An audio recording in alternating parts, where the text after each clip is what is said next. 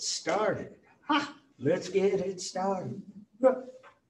Anyway, we're on. Welcome, everyone. Before we begin, I want to know if you guys have any questions about the group presentation, because I won't see you until Wednesday. And so, any concerns?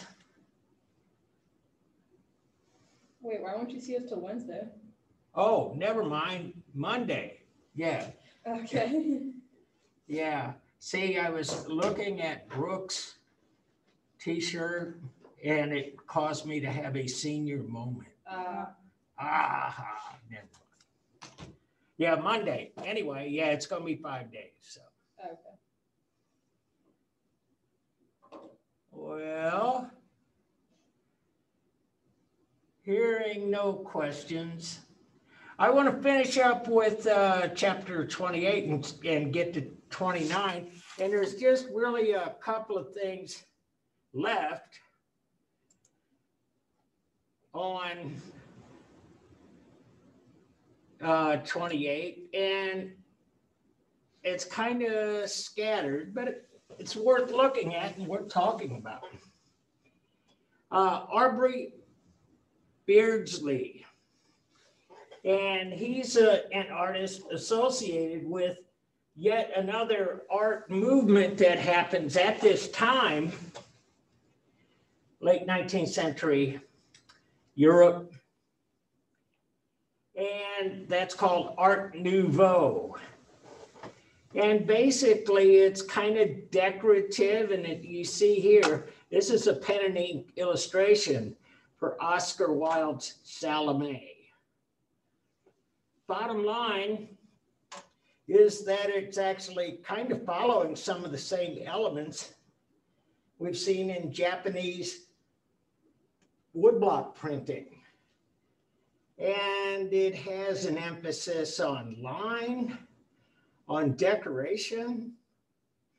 And I want to talk to you about this a little bit too, because what's happening in art is that the artists themselves are kind of, what should you say, hanging out with a lot of people in literature and other arts, but really literature and art, and they kind of get real close together here for a couple of decades. It's not unusual. You can see William Blake, who is himself an author. And we see Emile Zola become friends with some of the Impressionists. But by the end of the century, artists and writers are frequently supporting each other and sharing ideas. So there's this, not only is art fracturing and splintering and going in a lot of different directions, it's actually collaborating with other disciplines and influenced by other disciplines. And that's going to be a theme here today. And so Art Nouveau, Edvard Munch, The Scream, 1893. Very famous, one of the most famous paintings ever. Kind of like the Starry Night, kind of like the Mona Lisa, the Edvard Munch, The Scream. And what we have here is something that really grows out of a lot of the artists who worked in the late 19th century. Hopefully this will make sense. You saw a lot of artists talking about the power of color, the evocative properties of color, the way that color can make you feel. And that's certainly going on here. We got this red sky that's very ominous, very menacing.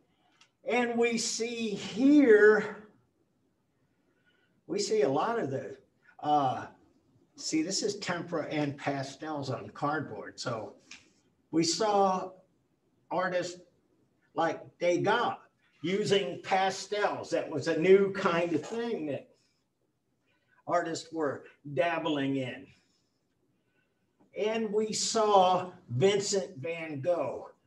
And if I can use Starry Night yet again as an example, the fireball swirling in the sky, and the sky swirling, and the cypress tree flapping in the environment. Well, you see, this is kind of like that. This is the harbor. This is a landscape. It's a port city. And you see all of these areas being affected by the other. And it's that kind of forces of nature thing that we've been talking about since Romanticism. And we see that the forces actually help define the shape of this person. And you see these two menacing dark silhouettes on the end of this pier. And one of the things that's happening here is that these artists start using a lot of the inventions that Van Gogh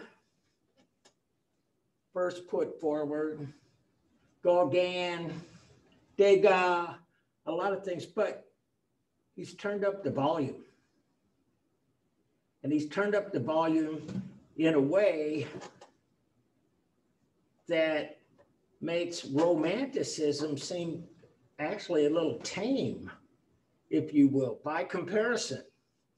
And so we see the beginnings of people starting to make art about inner feelings. And the scream, obviously, desperation, fear. I think that people identify with this so readily, which is why this work has been very popular over time. And if you take a look at Edvard Munch's work, it's about a lot of things. It's like he's putting on canvas or on this cardboard his own inner fears. And he does these paintings about fear, desperation, loneliness. There are a lot of people who have psychoanalyzed Edvard Munch's work and kind of come to a conclusion that he may have had a fear of women, and he had a fear of death, and he painted women in a very menacing way, and he painted a lot of people on their deathbeds. The sick and the dying was a big go-to subject matter for Edvard Munch. And so I just mentioned psychoanalyze. What we got going here at this time in Western history is the very beginnings of psychoanalysis. This is the time of Sigmund Freud. We start to see science start to explore the depths of human emotion. And we start to see art move in that direction. There is a catch-all phrase for this kind of artwork. It's called expressionism.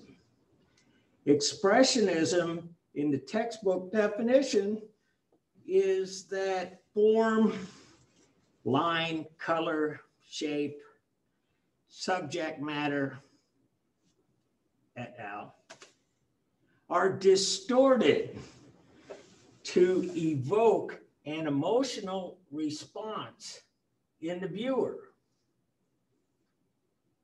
And so that is, like I said earlier, it's out of romanticism. It's out of that trend, that tradition, if you will. And Edvard Munch is kind of just in a period of a few years, kind of really turned up the volume on the things that Vincent van Gogh was painting about. Dare I say, a lot of people have psychoanalyzed Vincent van Gogh and talked about his fears, his behavior, his psychological state and how that affected how he painted and so on. So this is a whole new thing.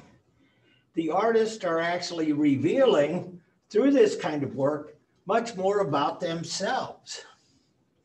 And we get this new kind of critique, a psychoanalysis or a psychological critique of the work. What do I mean by that? This work is designed to evoke emotions in the viewer and reveal something about the artist. We know that. But in this case, and in Van Gogh's in Van Gogh's case, we are looking at actually starting to analyze the artists themselves. That's a new thing. Of course, psychology didn't really exist until this time. At any rate, The Scream, Edvard Munch, and it's got a star. This probably deserves a star more than just about anything we've seen to date. Gustav Klimt, another guy, and he came from Vienna, 1907, 1908. You know, where Sigmund Freud was doing his seminal work in Vienna at this time. Psychology becomes a science, and it also becomes a driving force in the arts. Now, what Klimt does is a little different. He flattens things out. This is typical Klimt. And he uses a lot of decorative patterning in his work. And you can see the only thing that actually seems to be three-dimensional is the two lovers' heads and arms up here and the feet. And so you can say, if you want to interpret this way, this is the action being very well represented in almost a naturalistic sort of way. But the rest of this is about love, the kiss, happiness, unity.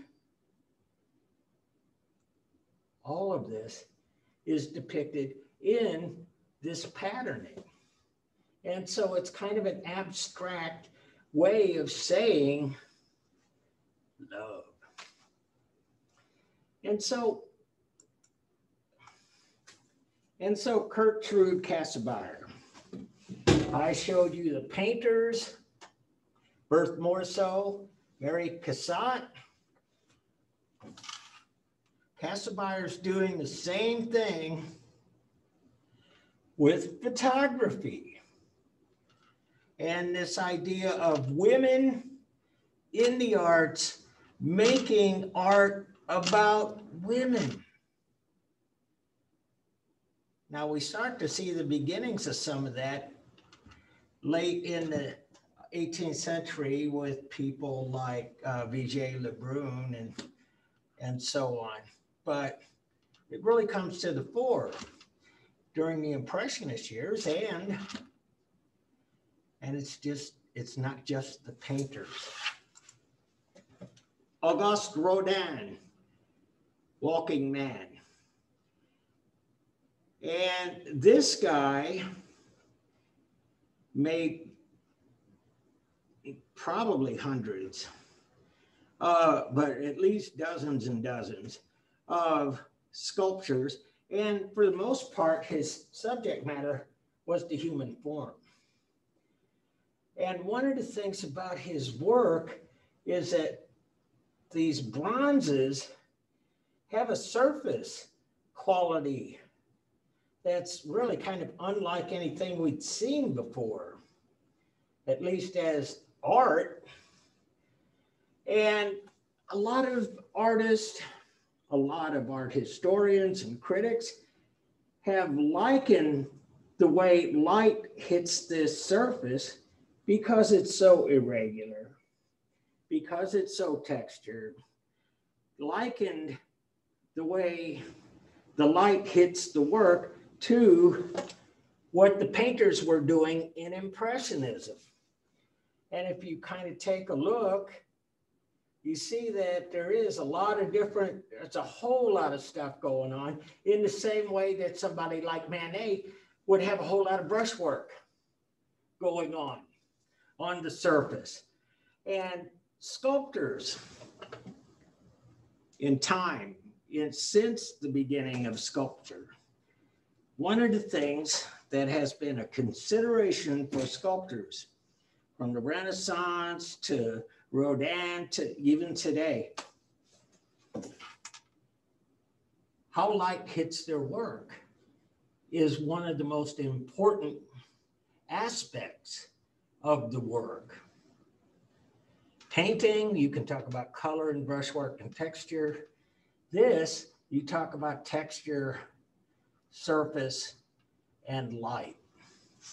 And so this is kind of interesting in the way that it is lit, because you see the highlights here, and you see some other sort of highlights in the background. But you know, if you take a look at what they teach you in drawing,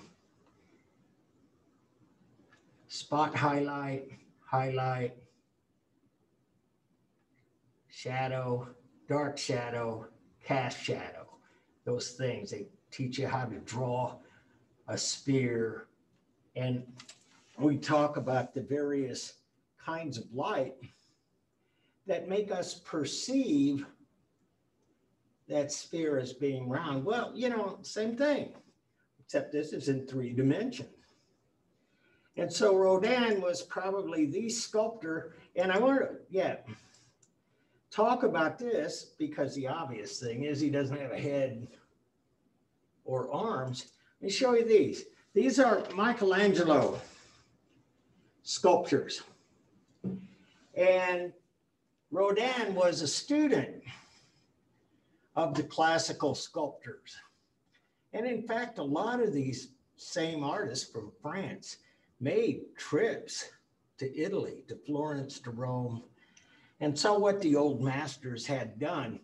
And these Michelangelo sculptures, there's still a lot of debate about this. Were these sculptures that were meant to be this way, that these forms come out of the stone? Or were they just unfinished? He decided to give up on them or something. A lot of debate, but the idea of just only having partial representation, this guy right here has no arms. You might say, like this guy. And so on. And here you see the actual raw material in its natural state, and not disguising the material to be something else. If you take a look at the David statue by Michelangelo, and you'll see that he has crafted that so precisely that you give up your ideas about stone. In fact, what he does is he makes you suspend your disbelief that this is stone. You can look at that piece of stone and say, this looks real. and so real. We're talking about that with painting too.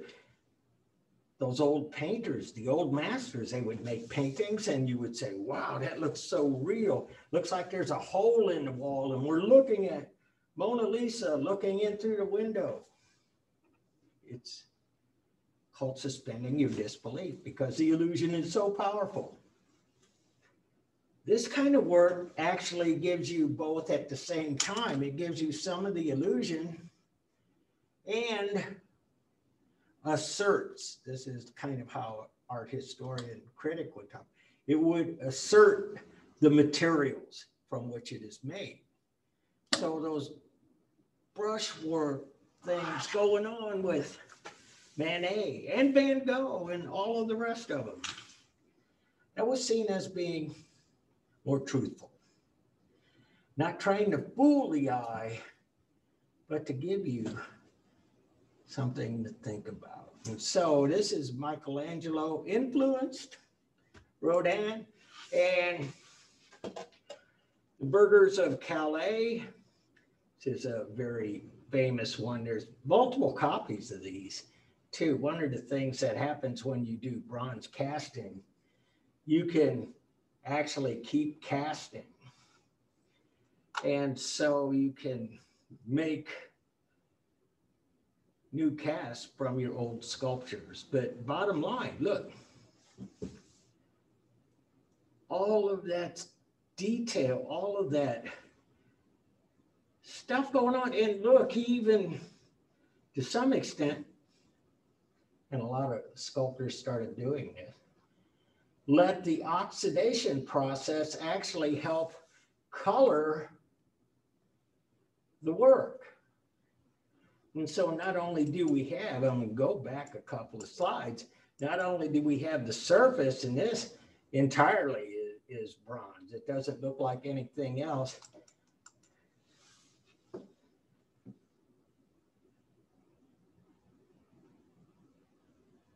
There it is. And so, yeah, Rodin was the premier sculptor of the late 19th and early 20th century. And again, this is Camille Claudel, and you see all of this, the waltz. This part just kind of looks like melted wax or something. Whoa, did we stumble upon something? This was done with lost wax casting. And so you got this real part, and then you got this other part that asserts the materials. So I'm going to back up a little bit. Think about that one and what I had to say about this.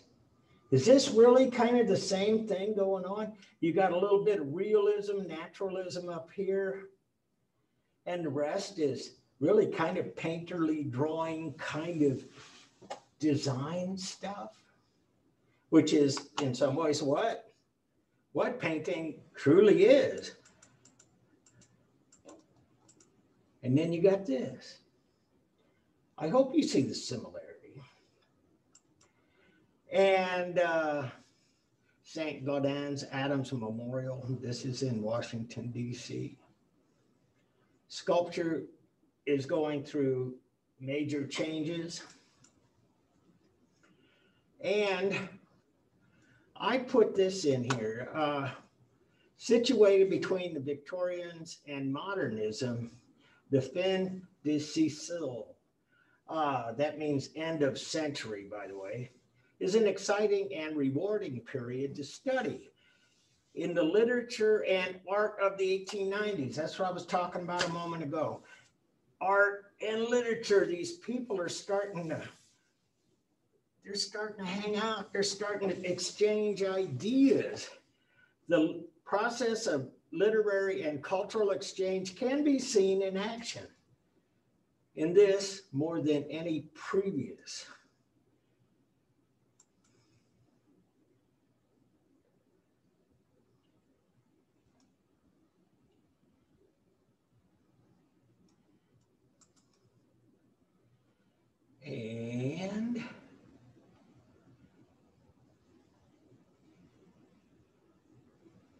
here is a Cambridge companion book to the Fins de Sicile. And so anyway, just saying, are you seeing this?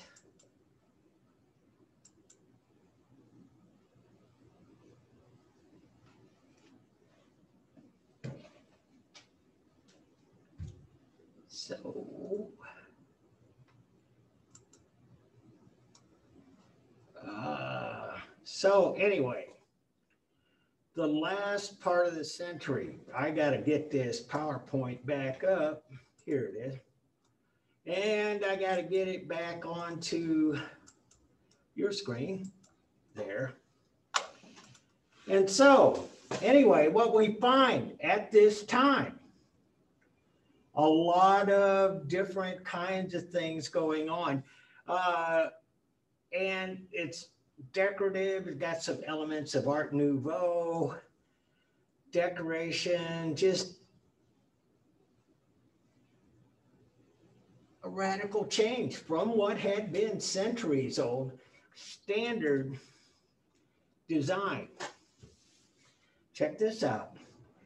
This looks kind of modern. Got the straight back chairs. Look at these panels here. That's right out of design. That was done in 1900, 1912. It's reconstructed, but it is authentic. And so we start to see these kinds of patterning and decoration coming out of Art Nouveau, coming out of people like Aubrey Beardsley, Gustav Klimt. There's a lot of interest in design for design's sake. Staircase in Van Itterveld House in Brussels. And so if you're getting the idea that this is probably where we start to see things like, I'll show you here in a second, Tiffany eggs and stuff like that. This is where it comes from. And so, yeah, decorative line, pattern. There he is, Louis Comfort Tiffany. Water lily table lamp. Stained glass. Stained glass lends itself quite nicely to this kind of art and this kind of decorative patterning. And so art kind of spills out and it's affecting things like table lamps become artistic. This is Antonio Gaudí, and this is an apartment house. But you see what he's done here. He's got kind of something of a playground of Gaudí stuff on the roof, but he's done away with all of the straight lines. Look at these lines. They're wavy and curvy, and they go in and they go out. Oh. And so, yeah, they're really trying to kind of challenge all that was before this time, which would have been geometric. It would have been straight lines. It would have been maybe decorative, but anyway, we're getting challenges to the traditional way of doing things. And in order to kind of help that along, we have technology and engineering. And so this went up for the Paris World's Fair, and it's some 700 and something feet high. At the time, the tallest building in history. And it was all made possible by advanced engineering that actually architects and engineers could calculate how much weight the structure would support and how best to use a lot of these things that we kind of take for granted today, but all of this cross beaming and stuff, all of this is designed to support all of the weight that goes up. And so this was modernism in architecture. And in fact, it really changed the way a lot of people saw Paris, and we still think of the Eiffel Tower in the same way we think about the Arch in St. Louis. Architectural engineering marvel, and you can go up here, and you can eat, and you can see the entire city of Paris. This was a game changer. It changed people's perception of what could be. And I'll show you some of that in the next chapter. But this itself, the Eiffel Tower, becomes a symbol of the modern world. And again, like I say, a lot of the best minds, scientists, artists, writers, musicians, architects, engineers, they were all flocking to Paris. And so what we have here,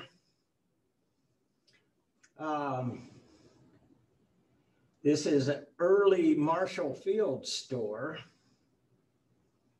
and it was in Chicago. One of the things that happens is that, you think about New York and places like that as where the skyscrapers are. That's where you had the World Trade Tower, and now you got the World Trade Center, Empire State Building, Chrysler Building, blah, blah, blah, blah, blah. Well, a lot of this idea of skyscrapers started in the Midwest, and it started in two places, Chicago and St. Louis, of all things.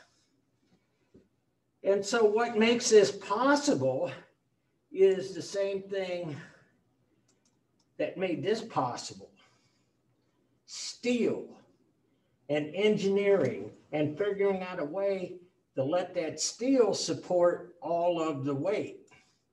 And that's what's happening here. This has a skeleton, if you will, of steel girders. And it holds up the building.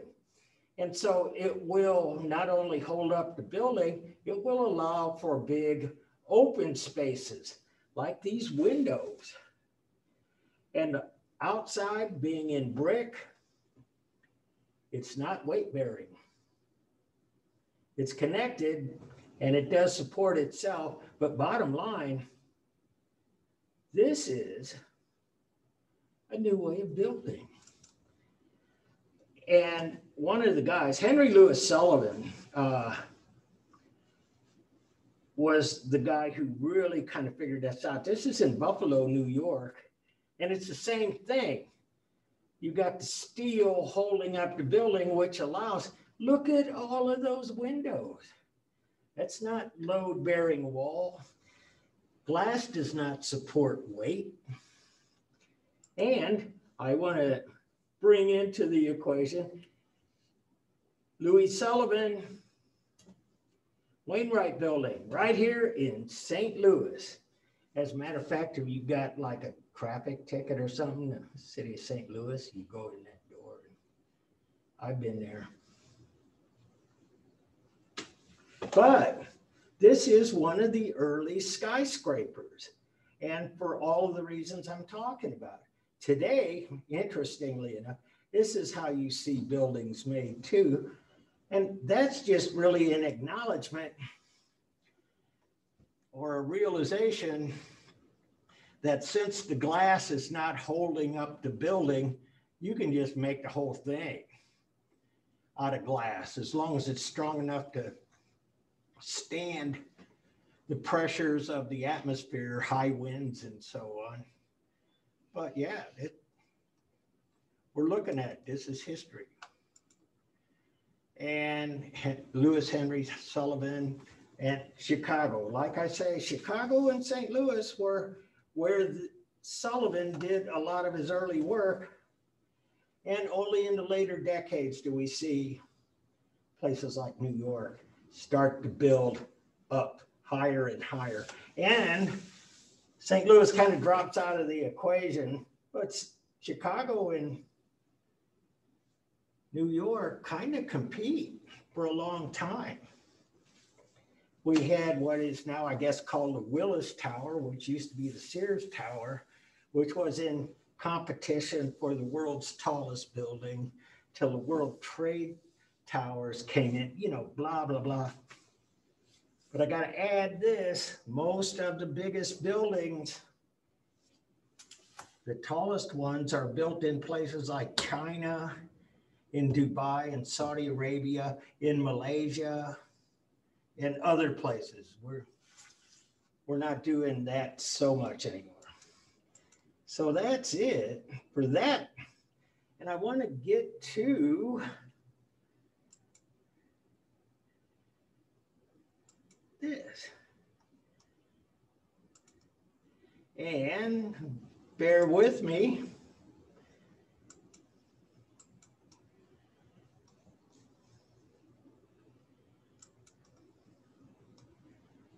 And I just want to double check this. Good, good. And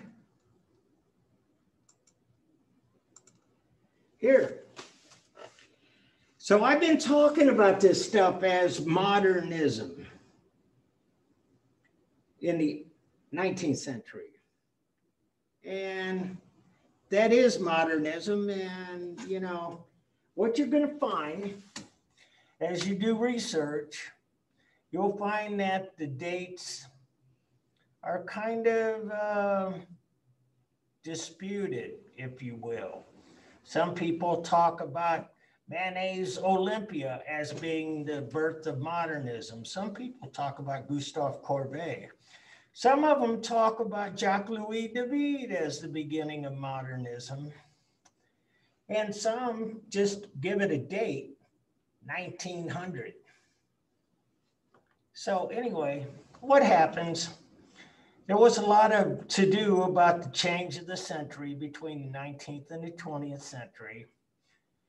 Artists and thinkers were very much into the idea of moving forward. But you got to know this about that time. If we're talking about the days, the years where people like Manet and Courbet and all of these people lived, life was very different in the early 19th century. If you were on a ship in the early 19th century, it was a sailboat. By the end of the 19th century, it was a steamship.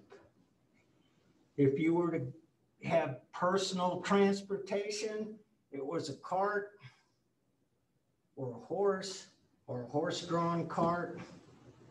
By the end of the century, by 1900, we're starting to see the internal combustion engine, and we're starting to see automobiles.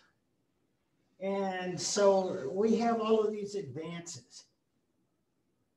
And art was there too. We're getting new ideas in physics. We're getting new ideas in engineering, the arts, literature, just across the board. It was a very productive time. And it comes from a time which all of these people remembered when things did not move so quickly. And so this rapid change, it inspired many, many things. And that's what we'll see. And here's Europe at the end of World War I. Like I say, really starts to look like modern day Europe. And I want to start with this because this is where the chapter begins. Fauvism roughly begins at 1900. This is a name given to these artists, mostly Henri Matisse and Andre Derain. And they are, well, they're making stuff like this. And again, the assertion of the materials, they're not trying to fool you into an idea that this is a hole in the wall. It is a painting, and they're very, very assertive. And he's very assertive with the color. And in fact, that's one of the big departures for these two artists and the others in their orbit, is that they start to use color in a much more non-realistic and sometimes not particularly expressionistic, but a lot of times harmonious ways. And color didn't need to be dictated by nature. The artist, him or herself, could decide what colors to use. And so this is Woman with the Hat, 1905. And you see where it's at. San Francisco.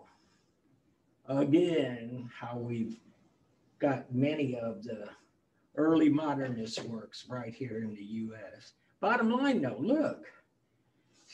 And look at this, though. Look at all the green on her face and all of these colors and all of this brushwork.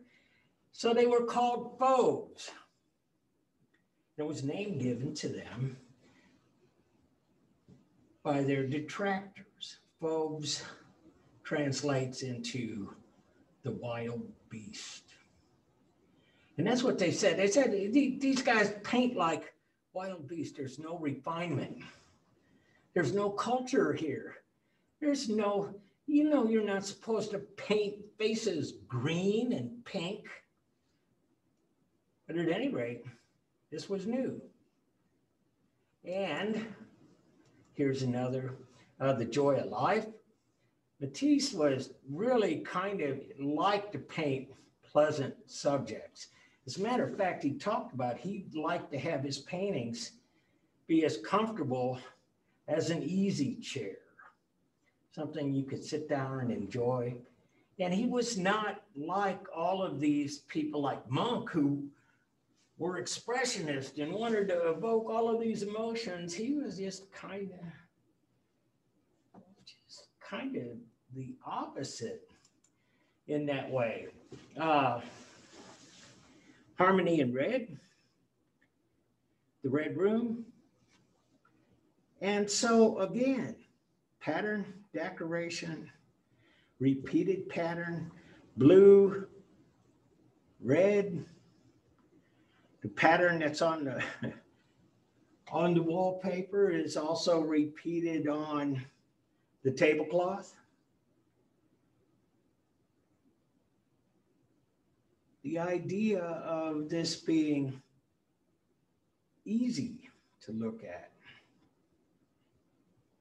And so I want to point out where this is. It's the State Hermitage Museum in St. Petersburg, Russia.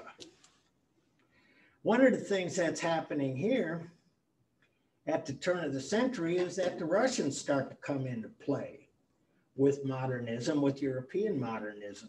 Bottom line, they're right in the mix when you talk about literature, people like Leo Tolstoy. And we start to see a lot of the artists from late Tsarist Russia start to pick up on what's happening in Paris.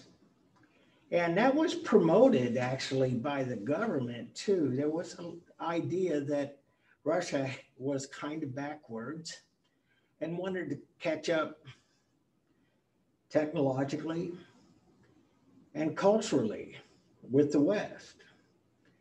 And so they were governed by Tsar Nicholas II, who was grandson of Queen Victoria of England. And so anyway, you know, they connect. They got a lot of good things going. And that's why this painting is over there, not in Paris. Andre Derain, Mountains at Collioure. Look at this. Who does this remind you of? I'm hoping it reminds you of Van Gogh because it's very much like that choppy brushwork, the abstract shapes, the forces of nature, and the color. We would call this, in some textbooks, would call this arbitrary color because it was basically up to the artist to decide what the colors would be. Sometimes they are based, sometimes on the natural color of things. The grass is green, for instance. But a lot of this other stuff, blue trees, kind of salmon colored tree limbs, all of this stuff going on top, arbitrary color. Here's another Andre Derain, The Road to L'Estaque, I think that's how you say it. Anyway, again, arbitrary color, and why they were called a wild beast. But they weren't really trying to stir your soul or frighten you or give you a glimpse of their inner thoughts and fears. They were just trying to make stuff that looked good. And so following Edvard Munch, Van Gogh, Munch, are these people that really get into the idea, and we call that, as I said earlier, expressionism. Form, color, shape, line, distorted to provoke an emotional response in the viewer. The Street, Dresden, 1908. Check this out. This is in southern Germany, southeast Germany, and they were kind of in the mix of what was going on philosophically. They were in the mix of what was going on artistically. And so these colors here, I would say that these were designed, they were chosen for provoking that emotional response. And so you get these harsh colors. We were talking about this in terms of interior design or something else. You would say these colors clash. Look at this bright blue for the dress and almost neon yellow. Lots of pink.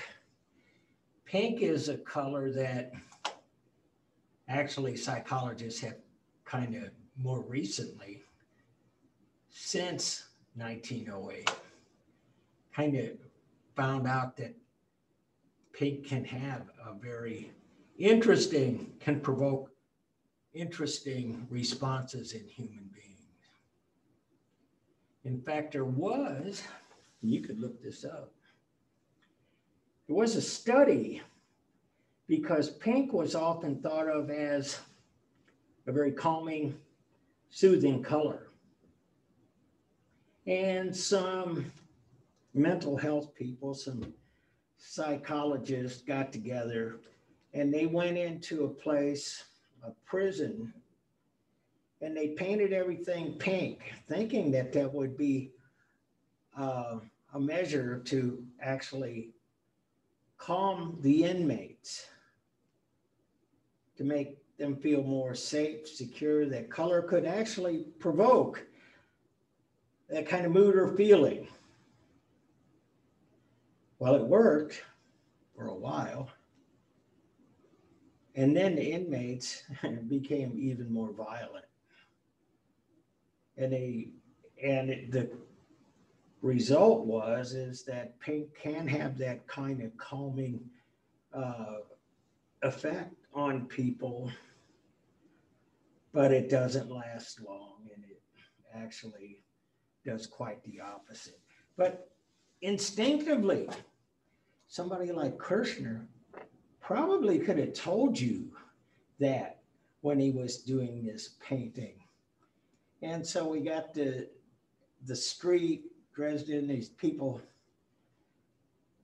she's looking back at us in some kind of judgmental sort of way, but people pass each other by. They're not interacting, and it's kind of one of the ills of the big city. Vasily Kandinsky, a guy from Russia, moved to Germany and to Paris, and he kind of took a different idea. He was called an expressionist. He was called an abstract expressionist. Long before that term was recoined to cover people like Jackson Pollock and Willem de Kooning. But Kandinsky believed in all of that stuff that I've been talking about how painting, color, line, form can actually affect human beings, period. And so what we have here is that Kandinsky thought this could lead us to a better, higher spirituality.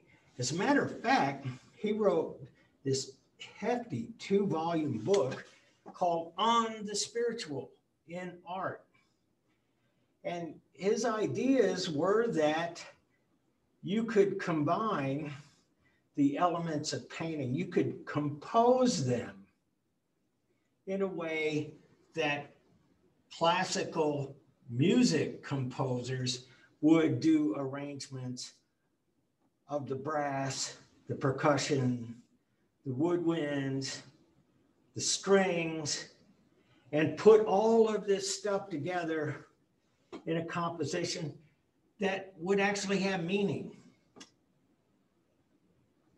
Now you go to classical music and you go to an orchestral concert and there are no words, but oftentimes you feel through the music, through the audible sound, you get the feeling it does convey a message.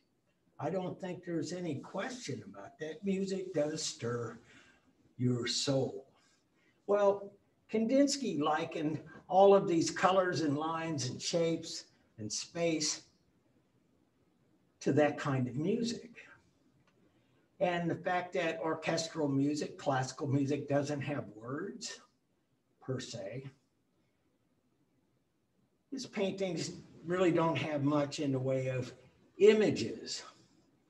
There are a few things you can see here and there that you can kind of pick out, but on the whole, it's an improvisation of color, line, shape, form. And the idea of having art that wasn't narrative, not the words like I was talking about classical music doesn't have words. This didn't have images. It didn't have a narrative. It was an improvisation. And that the idea of having images was kind of lowered the spiritual of the art. And so anyway, it was, like I say, he wrote the book On the Spiritual in Art. Franz Marc, this is kind of an interesting guy here too, because as you see this, you can kind of pick out animals. You see an animal here, an animal's head, animals. The fate of the animals. See something that's resembling a wolf or a fox or something up here too. This is kind of in a place that's we don't know really what to do with, in terms of all of these movements, because by this time we're pretty fractured.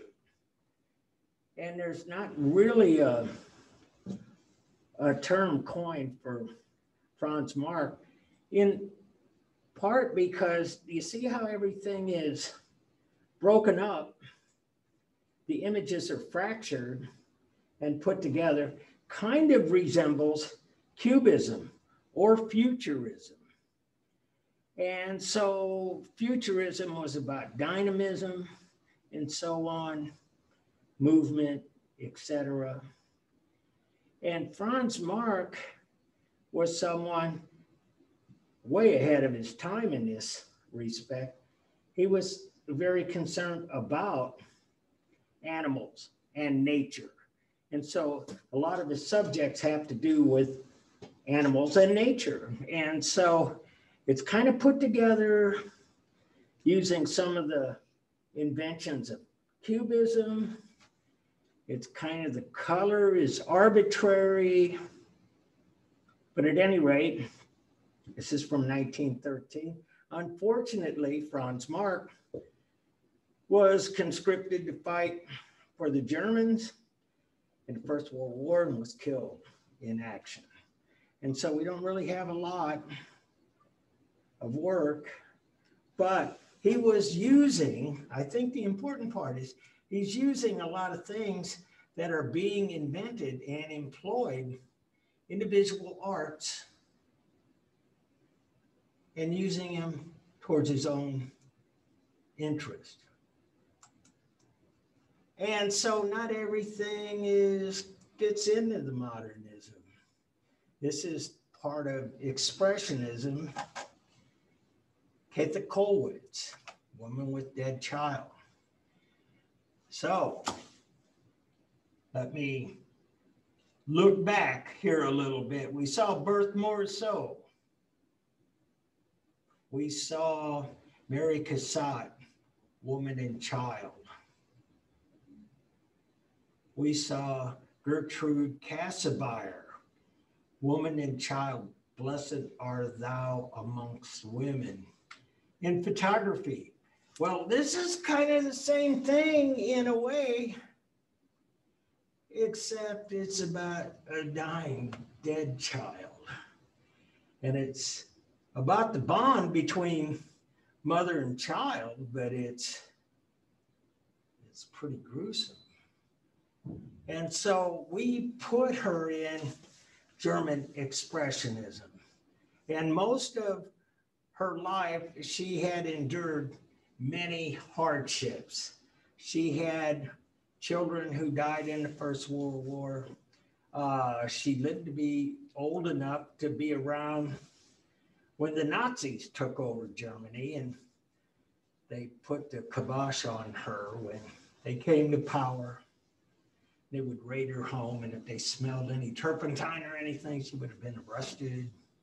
At any rate, grief. So in some ways, it's, can you say, Mary Cassatt, and in some ways, Edvard Munch. And it's about grief. And so we do have, and this, the point here is really kind of it was fortuitous that they put these together in the book the way they did. Paula Modernism Becker, self-portrait with amber necklace. See, a lot of these people we're talking about, I learned about in graduate school some 30 some years ago. I'm not that old. And we studied women in art history. And one of the things that one of the people that was kind of, that we studied quite a bit was her, Paula Modernism Becker. And what she's doing, if I can talk about these hybrids, these different things that are happening, influenced by people of the more recent past. Think about Gauguin. Who are we? Where are we going? that painting with all of those young Tahitian women, bare-breasted. And that painting by Gauguin is one of many where we see a lot of Tahitian women. And Gauguin did that, and he talked about how they were in harmony with nature. Paul Modernism Becker is kind of doing the same thing, but it's a self-portrait, which kind of takes this in a whole other direction. This is me. I am woman, and I am one with nature. And so, in some ways it's similar, but in another way, it's like totally different. And what we start to talk about, this is kind of more new, more recent invention, but we talk about the artist and the gender of the artist, and we talk about things like, quote, the male gaze, and that paintings by people like Gauguin were made by men from the point of view of men, kind of sexualized the paintings based on gender. And this doesn't do that. This is me.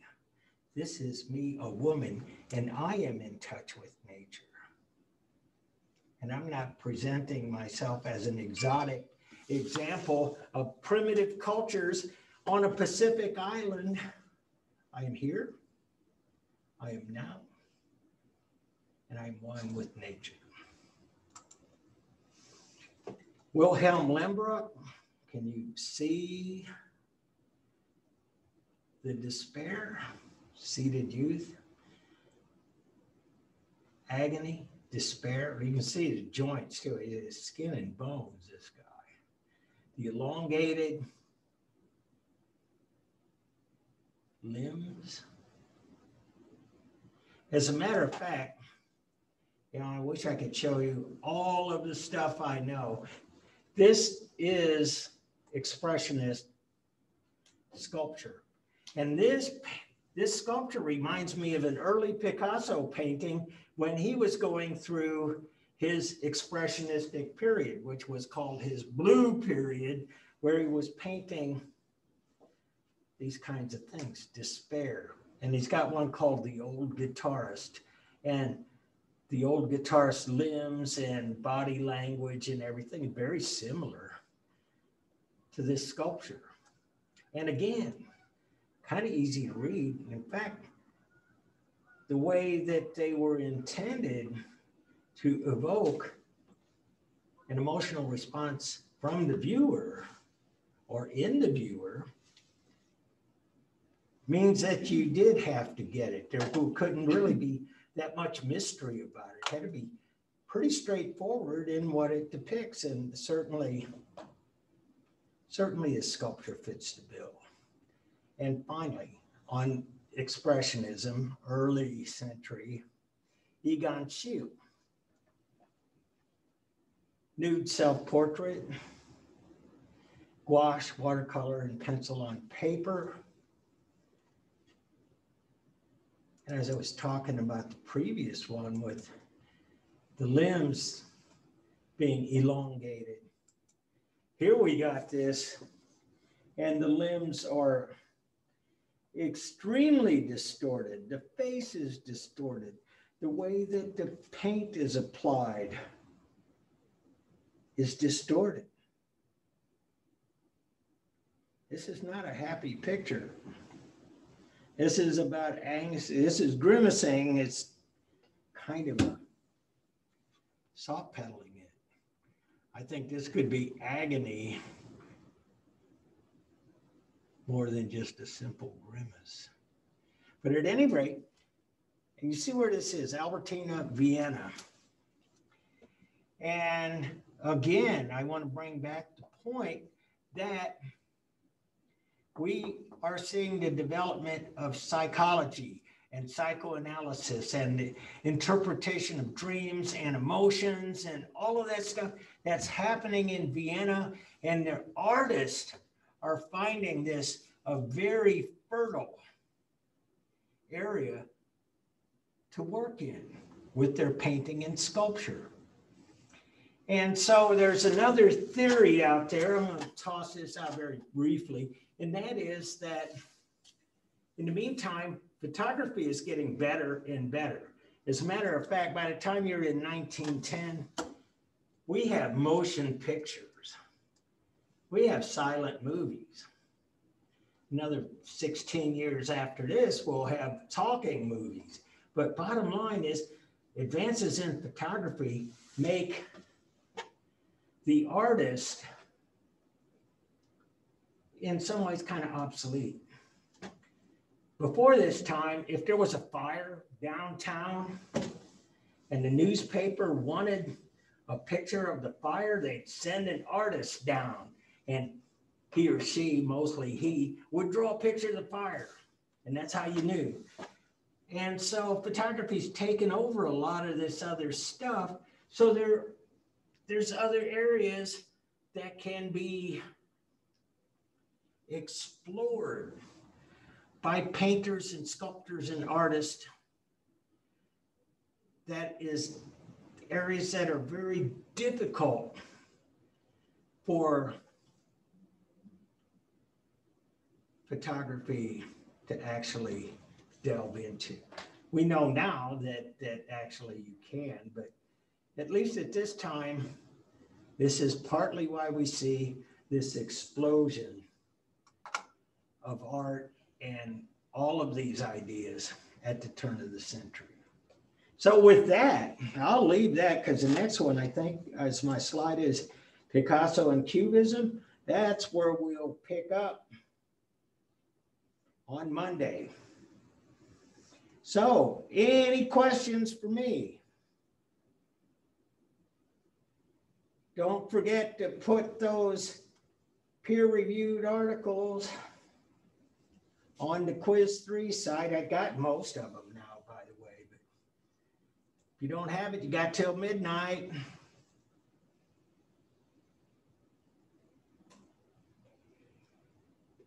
Going, gone.